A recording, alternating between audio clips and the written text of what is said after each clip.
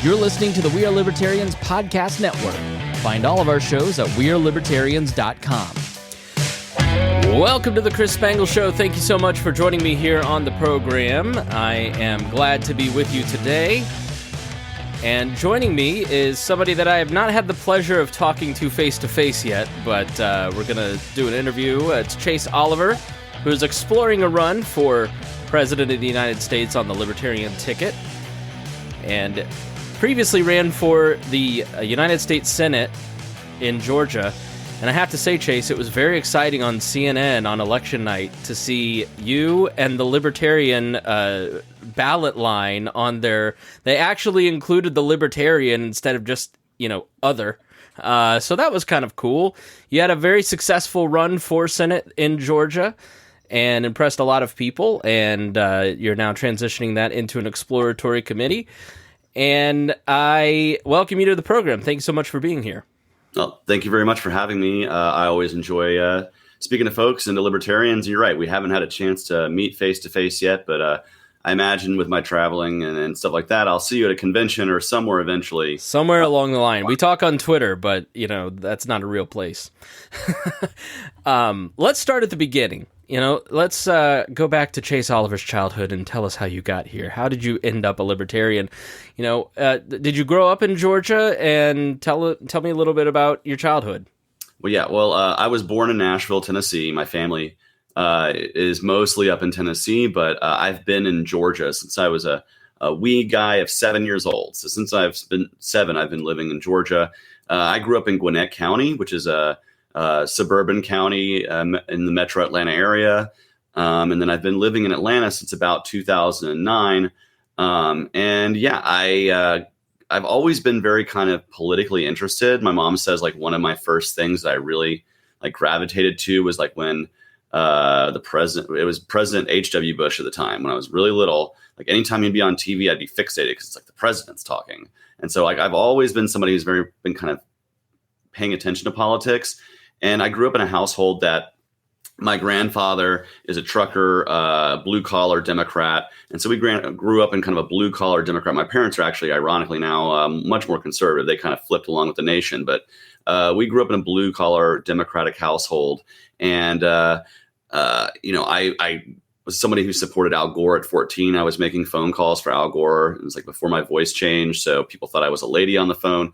And then I really got to work politically, fighting to get Obama the nomination in 2007, 2008 over Hillary Clinton. I thought as a young person, I wanted somebody who represented my generation more. And of course, as an anti-war activist, that's what got me really politically savvy as an adult. And as a teenager, I started seeing my friends from high school signing up for the military and going to a war zone in Iraq that was based on lies and BS. And I really felt like we were betraying an entire generation of people in my generation. And so I thought, stupidly enough, that Barack Obama was going to keep all his promises to close Guantanamo. I thought he's going to close Guantanamo. He's going to end the wars. He's going to stop the drones, and we're going to give him the Nobel Peace Prize. And he got the Nobel Peace Prize, but he didn't do any of the stuff to earn it. And so that turned me away from the Democratic Party, because when I tried to start organizing my friends who were Democrats to start getting organized to be anti-war activists against Obama, all of a sudden they stopped being interested. And I realized their anti-war activism was really more anti-Bush activism. And they were using the war as an excuse. But as soon as their guy was doing it, they found every excuse not to protest the wars. And so that turned me away from the Democratic Party. That was about 2009. And I thought maybe I just won't vote anymore. I didn't know there was really a choice beyond the two parties at that time until I was at the Atlanta Pride Festival in 2010. And the Libertarian Party of Georgia was the only political party that was really heavily invested in being there. Their candidate for governor, John Mons, was there.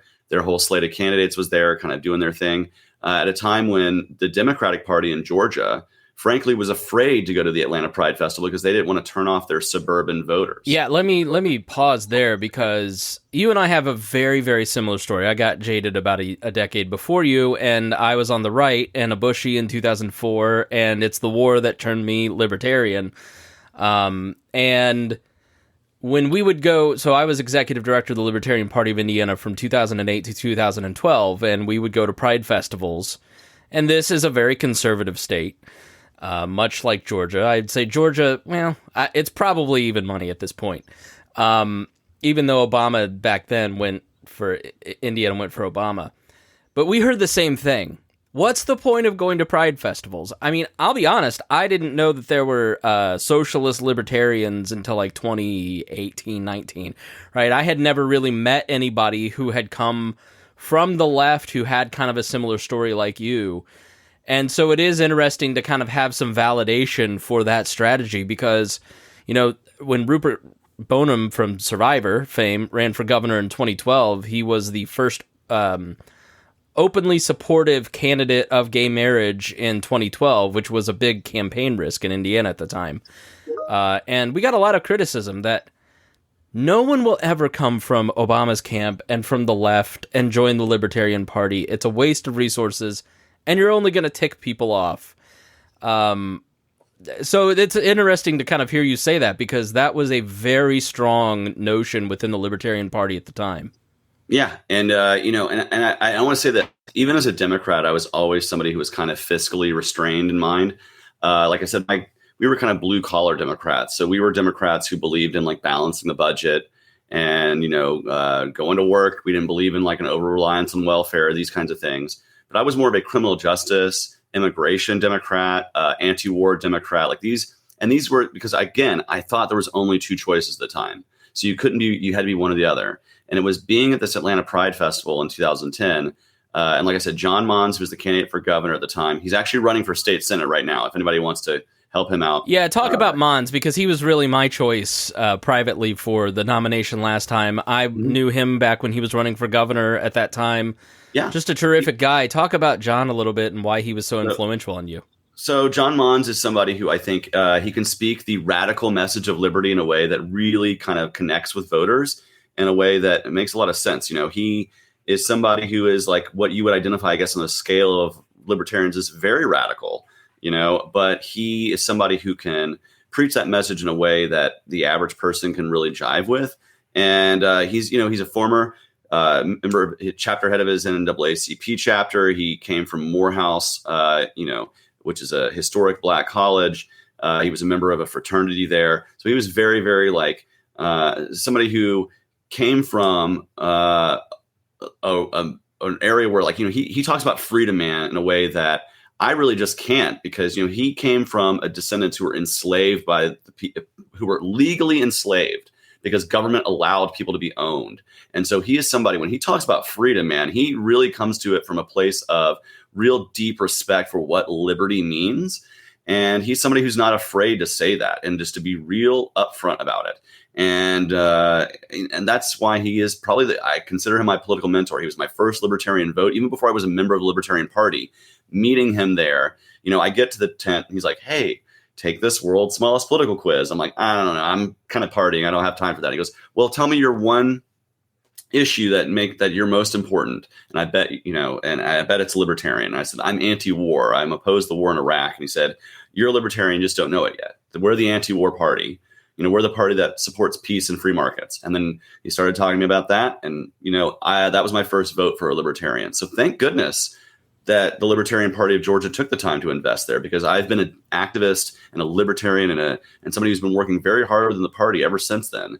And, I'm happy they were there, because if they weren't, I would probably just either be a jaded non-voter or somebody who, pulls the lever. Maybe I would have heard about the Libertarian Party eventually, but I'm glad I got the jump start thanks to that. Yeah, probably wouldn't have been as personal. And I think I'm 39, so we're roughly the same age. And I think for people our age, there were two really formational issues when we were coming up. I mean, it was 9/11. I turned 18 2 days before 9/11. So it was, am I going to war, right? And gay marriage was just an enormous issue. I think if you're 18 now, you would take it for granted and not understand the debates that happened at that time. But, I was reading the Guardian piece, and you were a teenager, so it was so much more personal for you, in a state that outlawed sodomy. So can you talk about, you talked a little bit about the anti-war stuff, but how formational that debate was and what it was like. Were you out in high school? Yes. Oh, yeah. I was very much out. I came out about maybe 14, 15, around that time. And I formed the Gay Straight Alliance in my high school. I was very, very vocal about being who I want to be and being a proud individual. And that's another reason why I think it's fine. And it's really actually a good idea for libertarians to market to the LGBTQ community, because at the core, they are about radical individuality. I want to be myself in peace, who I am, love who I want to love, as long as I'm not hurting anybody. And that's a message that ultimately is libertarian to its core. We believe that you're allowed to love who you want to love and be who you want to be. Like, that's something that resonated with me as well with the libertarian message. And yeah, growing up gay, it was very easy for me to see my community and people like me used as wedges during politics, and to be used as political tools to try to bring out the conservative vote, to scare people about recruitment and like all this stuff. This whole grooming conversation that we see now in 2022, a lot of that stuff is just echoes of what I heard in 2004 as a 17-year-old, and being told that I should be ashamed of who I was, or that I was wrong, that I shouldn't be allowed to get married, that there should be a constitutional amendment to prevent me from getting married. So like, I understand what the heated rhetoric feels like for some of the people who are going through it today in 2023 now. We're in the new year. But it's something that is very personal to me as a libertarian, because I believe ultimately every person should be allowed to be who they want to be in peace. And that's what liberty means to me. And being a gay man, that's something that's very important to me, that I should be allowed to live my life authentically and not have to be afraid of government persecution. Do you think it was sort of interesting how much press you got right after the Georgia runoff, forcing the runoff, not after the runoff? Mm-hmm. And I have to think, just based on, kind of seeing it scrolling through my feed, that you short-circuited the media a little bit by talking about being openly gay and openly armed. I mean, was that your sense as a person who's kind of in the middle of that storm?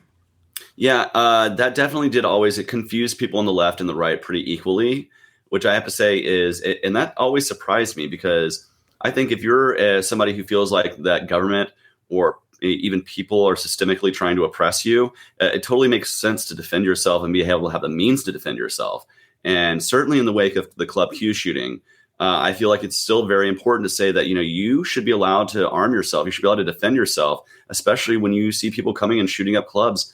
I also encourage people, and this is the flip side of owning a gun, is also knowing how to respond to if there's actually a situation where you might have to use your gun, or in the aftermath have to help people who have been shot. I think any person who owns a gun should take it upon themselves to take the time to learn how to use a tourniquet and learn how to pack a wound, because if you have the capability of wounding somebody in error, you should know how to help save their life in that worst case scenario. If you accidentally discharge your gun and you hurt somebody, you should be able to know how to tourniquet the wound, stabilize somebody, and get help. And I think that's just part of being somebody who owns a gun. That's just part of being a personal responsible, and we're the party of personal responsibility. So I wouldn't say that should be legally mandated or anything, but just as a personal gun owner, I want to encourage anybody who is a gun owner out there to know how to respond if you get shot, somebody gets shot, so that you can help save somebody's life. It's not just about defense, but it's also about being a great first responder. So when did you make the choice to commit to the Libertarian Party, and why? About 2000. So my first vote for president was 2012, and I officially became a Libertarian in 2014. And it was during the midterms. We had a Libertarian candidate, Amanda Swafford, who was running in that race. And I really got behind her and said, you know what, I'm going to go up and register and go to the conventions and things like this. And that's what got me started being a party member, was supporting one of my local candidates. And, I've been here ever since, just fighting for freedom and thinking that the Libertarian Party is the best tool to achieve that, using politics to get people elected to office so that we can make change. We now have hundreds of libertarians across the country. We can grow that. We can start getting our backbench filled up, and so that we can start winning higher and higher races. And that's how we're going to move the Overton window towards liberty politically, whether we win or whether we just push the discussion in the direction that it needs to go. So you ran for Congress. I think did you run for a lower race before you ran for Congress? Nope. My first race was for Congress in 2020, and that was a special election. Libertarians don't often get to run for Congress here in Georgia because of cumbersome ballot access laws.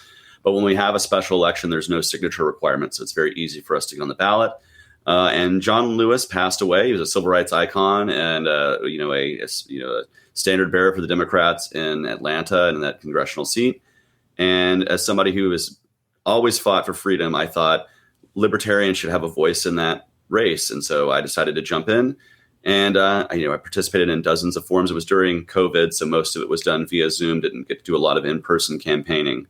But I'm happy to say a lot of people that I know said the first time they got to hear from a libertarian in Atlanta was from me, and that they liked the message they were hearing. So, it was an honor to run that race because despite political differences, I do believe that John Lewis is somebody who's literally, he's had his skull cracked open fighting against government's systemic racism in the form of Jim Crow. And I think that even despite political differences, we can fight about how much we're spending in Washington, things like that. But it was good to have a libertarian representation to try to fill that vacancy. So why did you decide to run for Senate? It's a much bigger task to run for a statewide office, especially in a state like Georgia, which is very large, very diverse. Why did you make that decision? Well, because I thought I could be a good messenger for the party and a good messenger for liberty, somebody who can introduce a lot of new people to the libertarian message in a way that will resonate with them. I like to say, I try to speak the libertarian language in the duopoly kind of dialect. Like I have to, not everybody sits in our libertarian echo chamber. Not everybody understands everything about libertarianism. And so we have to bring people in as candidates in a way that you have to meet them where they are and bring them to you. It's kind of like bringing them out to Muhammad or, whatever.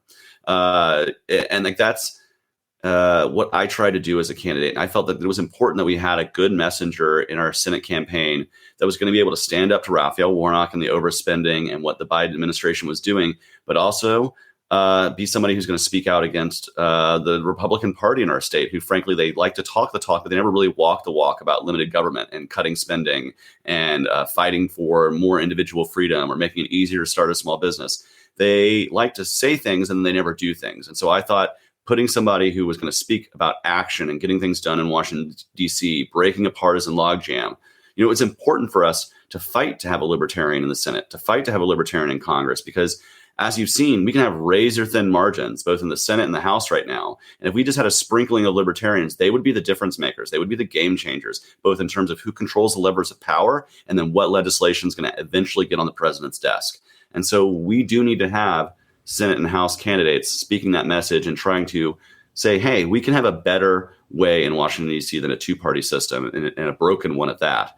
And that's what I try to provide. I try to be, somebody who was wanting to go to work in D.C. I didn't want to just talk about, talk about things. I wanted to talk about what I would actually do had I been in the room and getting work done. And that's what we need from our candidates. All right, so I'm gonna put a couple caveats on this question. Sure. First one is I'm not picking on Shane Hazel.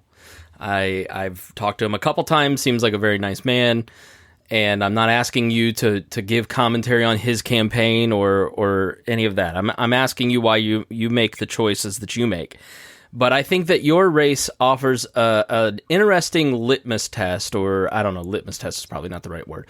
A good test case is the word I was searching for, on the messaging debate within the Libertarian Party, which is, number one, Justin Amash, broad appeal to the left and right on the issues that they care about, maybe be a little bit more of a radical centrist and go broad, which I would think that your campaign kind of fit into that. The second is, let's be as radical as possible. Don't water down the message of liberty. We need to be as close to Ron Paul as possible. And when people hear unfiltered liberty instead of pandering, they'll fall in love with the message and join us, just like in 2008 and 12 with the Paul campaigns. Shane Hazel was running for governor against Kemp and Stacey Abrams. It was a very close race. Your race for Senate was obviously very close with Warnock and Herschel Walker. And Hazel ended up with 0.7% of the vote, and you ended up with, I think, was it 2.1? Yeah, 2.1%, about a little over 81,000 votes. All right, and you're in a blue swing state, red swing state. It really Purple. depends. It's purple. It's it's kind of a good test case with Atlanta being a large purple and blue block, and then a lot of red in the rest of the state. Do you think that is a fair test case of comparing the two styles of messaging And why do you tend to fall more towards the broader appeal camp? And what do you think of more radical messaging? There's a lot there, but first off, I have no problem with radical messaging. Like I said, I support John Mons. The guy's got about as radical messaging as you could want. I also would say that in many ways, I have pretty radical messaging. You know, I want to end the income tax. I want to, if I were to get in charge, if I could wave a magic wand, we'd eliminate a bunch of departments. But I also understand that, I'm not Thanos. Like, I don't have a gauntlet, and I can't just like snap libertarianism into being. And so we have to provide a path for people. People will not, and we can talk about, and I'd say this all the time, I can speak to the libertarian ideal, but I also am able to speak to voters about, like, how do we get there? Like, what's the beginning step? Like, what's that first step on the journey? And that you have to be real with the voters. You cannot go to voters being like, hey, if I'm elected tomorrow, it's all going to change. Everything's going to be different. Because that's just not realistic. And voters see that inauthenticity. That's why I feel like you have to have that kind of broader speak. You have to be able to speak about what is possible as a libertarian getting elected into office, whatever office that is. Sometimes that means you can be a little bit more radical. I also think as your messaging gets broader and bigger, as your audience gets bigger, you have to have a broader message appeal. You cannot have, it is very rare that candidates who win are the most like filtered down, like unfiltered version of their political ideology, because they have to understand that they have to be able to communicate their ideology to people who don't speak their language. Like, for instance, I support ending the Fed. I support the end of central banking in this country, but most people don't even understand what the Fed does or what central banking is. And as a candidate, you don't usually have long form. You usually have 1 minute sound bites, 2 minute sound bites, a couple sentences in a interview. You don't have a ton of time to educate. So you have to speak it in their message. So instead of saying in the Fed, I said, balance the budget and cut the spending so we're not printing dollars, so our inflation's not out of control, so we can afford our groceries next year. And that's the message that I taught. At the end of the day, it's preaching the same message that the Fed needs to stop doing what it's doing. I'm against the Fed, but it doesn't require me to have to teach an economics lesson to people in my 1 minute debate answer. That is why that broad appeal, I think, is something that can work. And I think that might have been a difference. The other difference is, and I cannot speak to Shane's campaigning. First off, I want to say I supported Shane in both 2020 and 2022. So I voted for him. I support a lot of his things, like defend the guard, ending the state income tax in Georgia is like, hell yes, let's do that. A lot of his stuff I support. But I can also say, speaking just for me, again, I'm not speaking to his campaigning, but I'm speaking to me. I looked at a map of every county in Georgia and what their vote totals were. And any county that I spent the time and had the time to be able to go out and campaign and knock on doors, I actually did better than my 2.1% average. Sometimes I was over 3%, at 3.5% in a couple counties. Any county that I could not get out to campaign in, I did less than my 2.1%. I did lower. The only county that I actually did lower than 2.1% where I campaigned hard was Fulton County, which is the main county in Atlanta. It's one of the bluest counties in the country. It was no surprise that Raphael Warnock cleaned up there, but I tried. It's kind of my home turf down here in Metro Atlanta. But so that speaks to maybe the fact that I just got out and campaigned and knocked on a lot of doors, took the time to speak to as much media as possible, and appeared. I went to both the Juneteenth and Pride festivals. I talked to maybe 1,000 voters over Juneteenth weekend. It's a great opportunity to do outreach. Maybe that might have made the difference. It's just the style of campaigning that I was actually getting on the ground a little bit more. Again, I can't speak to Shane's because I don't know, but that can maybe have been the difference. But other than that, I think our messaging does work. And I think if we're going to grow the party, we have to understand that the tent has to get a little bit bigger, and we can't be like playing purity tests and saying, oh, you're not a real libertarian if you support X, Y, or Z. We have to have broad agreements on things. Government is too big. It does too much. It spends too much. It takes too much from us. Government abuses people through X, Y, and Z. People should have their inherent human rights. These are big tent ideas. We can have disagreements on the minutia, but we should be agreeing on the big tent things and growing the party that way. Because if we don't, we're never going to get elected, and we're just going to be seen as like spoilers or people who are, just screaming into a void. I want to actually get us elected, libertarians all over the country, so we can have a real impact in our communities. and bring the power away from government and back to those communities and back to those individuals, and localize as much power as we can in each and every individual, because that's where power ultimately resides. And too much of it has been taken from us by a large government. And so that's the message that I want to preach. It's a big tent message. And I also think it's fairly radical, because nowadays you have two authoritarian duopoly parties who are content on controlling us in their own way. And so being anywhere in the fight for freedom, anywhere along that libertarian spectrum nowadays is quite radical, and it's going to wake people up. But it's better if we speak the voters' language. And I just sincerely believe that. So what do you think your top messages would be?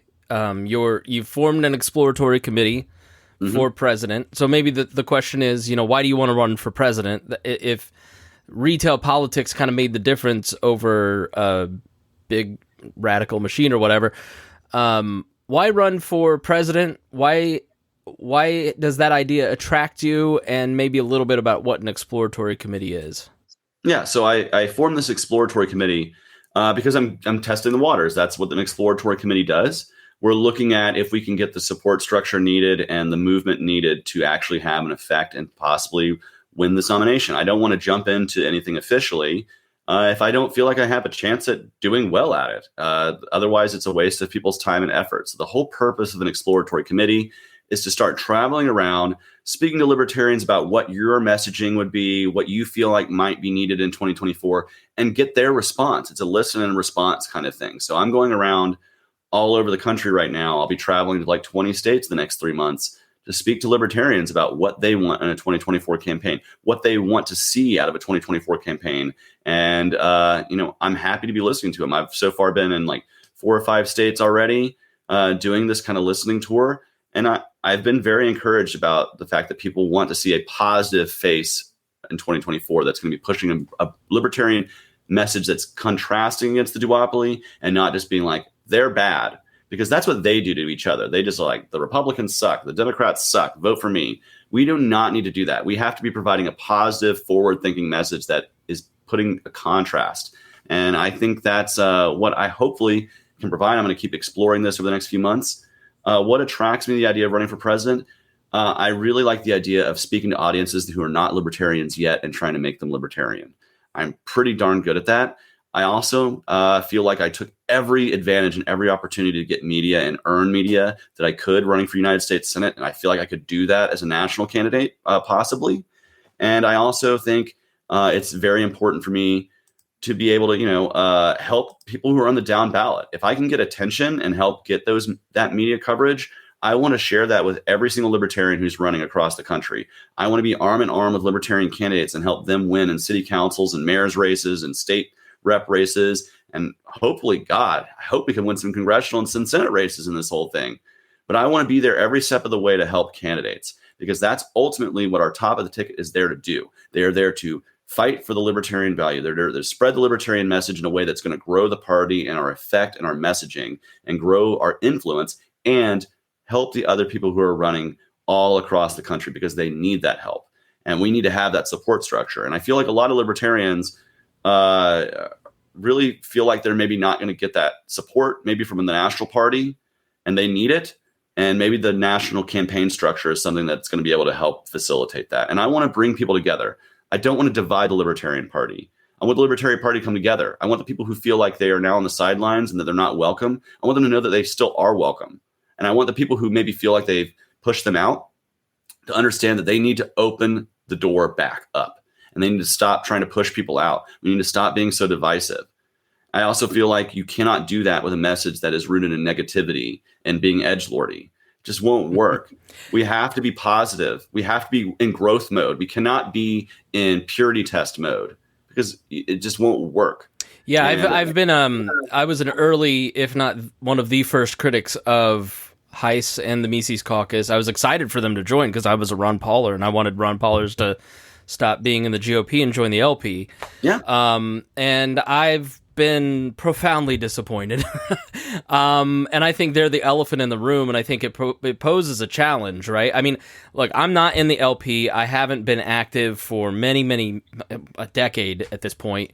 So I don't know that I have a good beat on where the current Libertarian Party is or what the challenges are of collecting delegates for a campaign like yours. But I think to those of us who are kind of in the free market libertarian classical liberal sense, you sort of like look at the Libertarian Party and you go, oh, well, it's just captured wholly and everybody in the LP must just believe in this stuff, in kind of their message and their way of doing politics. And you know, how entrenched is kind of the Hoppian, paleo libertarian mindset in the party? Is it a lot less than maybe it seems online? And those of us who haven't been in a while, or, you know, do you have a real challenge in getting enough delegates in 24 should you run? Well, I'll be a realist. You know, in the last convention, they ran the table. They won every race. You know, they filled their slate out. And I wish them well. Like I said, you know, I have disagreements with the leadership of that caucus. I don't have disagreements with every single member. In fact, I have friends who are members of the Mises caucus. Like I think Mises is probably one of the best libertarian thinkers out there. If you really want to read somebody and get really into libertarianism, great guy to look into. That being said, you know, I wish them well. When they got everything in Reno, I said, okay, you guys have the keys to power. You've promised that we're going to grow. We're going to be in growth mode. We're going to get new candidates. We're going to get new energy. We're going to get new fundraising. We're going to get much more. And we just have not seen that develop. And that is, you know, no one can be blamed because they have won every slate. They have decided that they wanted to do kind of a uniparty kind of rule within internally. I don't think that that's the best way to facilitate the party, because then you're only speaking to one audience and you have a whole another section of the party that feels wholly unrepresented. And it's incumbent upon a group that takes control like that to be the first to actually extend a hand of friendship to those who lost, to say you still have a place here. And that didn't. I don't feel like that's.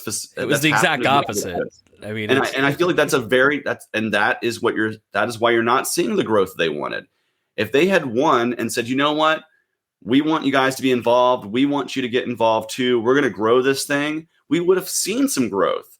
But if we're wholly separating people out, that's not going to work. And I don't want the Ron Paulers out of the LP. I think Ron Paul, the people who got here because of Ron Paul, good for them. They're here. I want you to be here. But I also don't want you to think that it's only for you, because there's libertarians across the spectrum and they need a political home. We need people who are sick and tired of the duopoly, a place to go. And just because somebody came here from the left, that is not a reason. First off, people who try to brand me as a leftist, I ain't a leftist. I wasn't even really a leftist when I was a Democrat. I was a blue collar Democrat. I was a cut spending and welfare reform Democrat. Dude, Chase, I was a Bushy. I'm a Christian. I'm a conservative leaning like person. I'm called a leftist by these people. I mean, it's just, you know, you can't. Yeah. I'm not hating on the average person who went up there and voted in Reno, because I think a lot of those people was their first convention. They were told, hey, the Libertarian Party has been controlled by the left and by this woke mob. And like, I don't think that that's true. And we can disagree, and I can even say, I thought the party maybe should have been more forceful against mandates from the beginning. We can disagree on that messaging, but the truth is the people who were in charge of the party before the takeover were wholly libertarian, just like the people who were there before them and the people who were there before them, all the way back to David Nolan. We're libertarians. We do not take the time to travel to conventions and to be part of the party that does not win so much if we're not wanting to be invested in it. We are libertarians, and we need to recognize that. And like I said, we can disagree with past messaging, but that doesn't make them leftists. And I think it's wholly stupid, because it collectivizes people in a way that just isn't true, and it shoves a whole segment of the population away. Oh, you think you support LGBTQ rights? You're a leftist? No, you're not. You're somebody who supports LGBTQ rights. Oh, and by the way, we had a gay man run for president a long time ago. The first nominee, John Hospers. Yeah. And the first statewide candidate in Georgia who was LGBTQ was in 1998. And he was a candidate for lieutenant governor, who was a small business owner. He was a bar owner in Atlanta who was tired of regulation from government. So the truth is you cannot wholly collectivize people. And I'm not going to wholly collectivize the Mises Caucus either, because I don't believe that everybody there is like a monolith. I believe that those people can make decisions for themselves. I hope they do, because I want to provide an alternative to some of that messaging that I think is going to grow this party and grow our messaging. That is what I want. I want this party to succeed. I do not want this party to fail. And that does not require a civil war. It does not require a schism. It requires people to actually come together. And I want to grow this party with a positive brand messaging. And that does mean opposing some of the things like, I just can't not jive with some of the Hoppian stuff. And because I feel like that does not equate itself with libertarianism, supporting wholly illiberal, like, these people who are like in love with the government over in like Hungary or whatever. It's a wholly illiberal authoritarian government. Like, I just can't fall in love with the Viktor Orban folks. Like, that's just not my deal. Like, I'm not into, in monarchism. Like, okay, does not jive with me, because the truth is everybody who supports monarchism thinks they're going to be part of the ruling class, and the truth is they're not. They're not. That's the reality of it, because the people who would be in charge of a monarchy are already super rich and they already control the world anyways. Yeah. They don't need a crown on their head. The dude who works at the sheet metal factory in Tampa is not. All right. We don't have a lot of time. So is that part of the calculus of announcing early? Typically, you'd announce in December, so you'd start going, in January to conventions, the year that you would go to the convention in 2024. So what is part of the calculation of announcing so early? Well, that has really little to do with the internal politics of it all. That has more to do with the fact that every time I have campaigned as a libertarian, spoken about libertarian campaigns, helped libertarian campaigns with phone banking or door knocking, they always say, I wish you'd been running earlier. I wish I'd heard about you earlier. And I wish you guys had started campaigning earlier. In fact, we have a whole group of people who every couple of years, they ask the convention be made in the fall or, earlier the previous year. They think that that's a better idea for our campaigns. I believe in getting out there early and starting to meet people and starting to grow the coalition of people who you would need to actually affect change and win a nomination within the Libertarian Party. That does not require you to sit on the sidelines and wait. If you think, you're just going to wait and all of a sudden the work's going to magically happen. No, you got to put in the work now. And I'm ready to do that. And I'm starting to do that, forming this exploratory committee and looking at what can be done and looking at the possibilities. And again, if it's something that I feel like I can do, I'm going to do it. But that's the whole point of jumping in and exploring it now, is so that I'm not just like, sitting on my hands and going, gee, I wonder what. No, I want to go ahead and hear that feedback now and start seeing if we can grow a positive messaging now, so that I'm not wasting my time in the winter of next year, or, in the winter of this year, this coming December. I don't want to be wasting my time in the holidays. If I know what I'm doing, I'll be there. But, It makes total sense. Yeah. Unfortunately, you've got a little bit of a heart out, and I would love to talk policy. So I would love to have you back soon.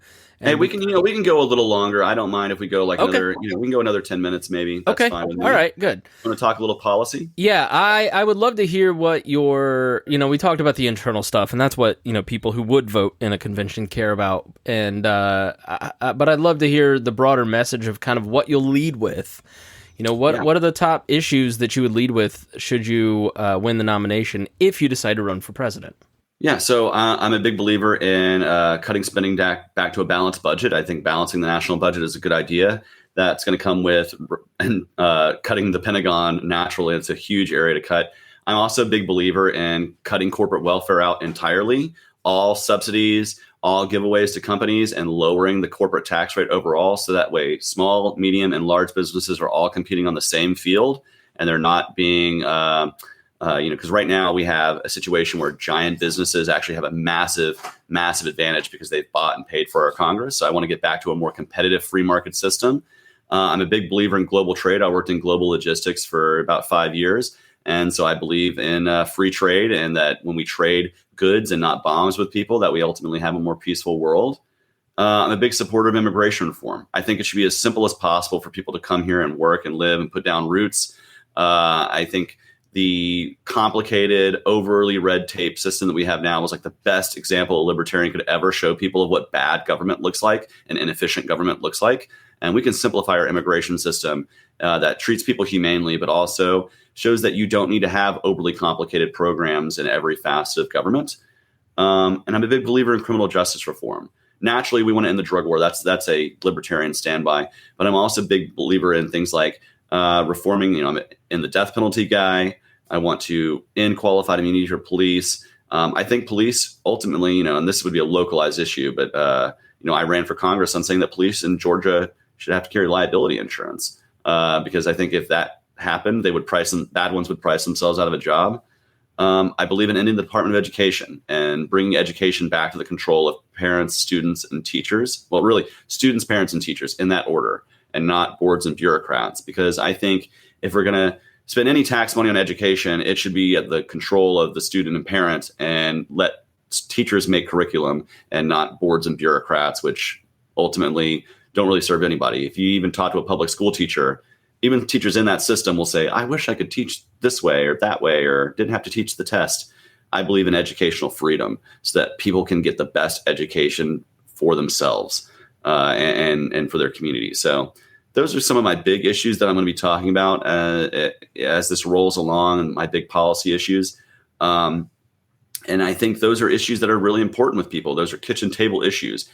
Getting spending and inflation under control is a kitchen table issue, I think.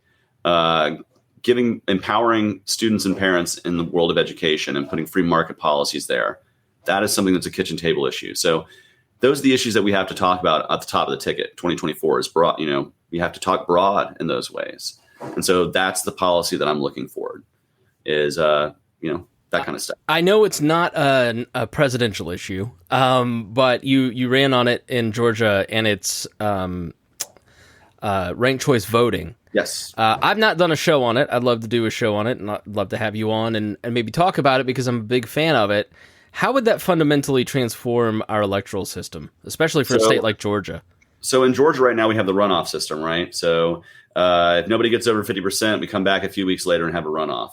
And it costs millions of dollars. It costs a lot of people to have to take their holidays off to do electioneering and things like this. And so I think ranked choice voting is ultimately a better way to do the runoff system, so that we have somebody who's getting nominally over 50% support being sent to DC. I don't want somebody who's under 50% support being sent to represent 100% of us. Like, that even goes against like the idea of democracy, right? Of like majority elections. So ranked choice voting would ultimately increase third-party influence in these elections, because people would not feel so afraid that they're going to spoil an election if they make the Libertarian their first choice, because they can always make the Republican or the Democrat, whomever they prefer, their second choice, and the runoff instantly happens. It also increases civility in campaigns. Republicans aren't going to sit here and crap all over Libertarians, because they know they want us, they want our second choice vote so they can win the instant runoff. So it will be, instead of them, after I force a runoff, coming to me and begging me to just endorse one or the other, they come to us beforehand and say, hey, Libertarians, here's what I as the Republican or I as the Democrat am wanting to do so that you give me your second choice vote. Here's where our policy align. And then you can make an educated decision based on who you want to be your second choice as a Libertarian. And they're coming to you ahead of time, ideally. If they don't, vote Libertarian and vote for whoever you think is less shitty. Like, that's just the way, or don't vote for anybody at all. Just run it out after one vote. And if you care not to vote duopoly, you don't have to.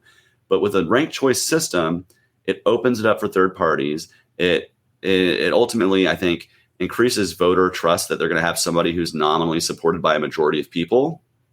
And I do think with a ranked choice system, third parties like us, the Libertarians, will actually be able to grow our influence and grow our vote totals and actually have more of an impact in pushing the Overton window towards liberty. So that's why I support it. In Georgia in particular, the Republicans are looking to do away with runoffs, because they're tired of having to do them, because we force them now all the time. And they want to either get rid of them altogether and go to plurality voting, which sucks. That's how you get people with 45% of the vote winning. Or they want to lower the threshold for a runoff to 45%. Or they want to do ranked choice voting. And ranked choice voting was at like less than 10% support when I started this race. It's over 30% support now. So it's time for us to really make a push here in the state to get instant runoffs. And not for nothing, every military overseas voter in Georgia in the 2022 election used a ranked choice ballot, because the window of 4 weeks was too short for them to send them a second ballot and get it all back. So they just had them do ranked choice. So even the election folks here know the ranked choice is just a simplified version of the long, drawn-out runoff process that we have already. Yeah, I saw the Republican Party bashing ranked choice voting in Alaska, and it would allow more moderates. I'm like, well, that's all the evidence you need, is the existing power structure doesn't want it. All right, shameless self-promotion time, Chase Oliver. Where can people learn more about you? And if they have questions, how can they get a hold of you?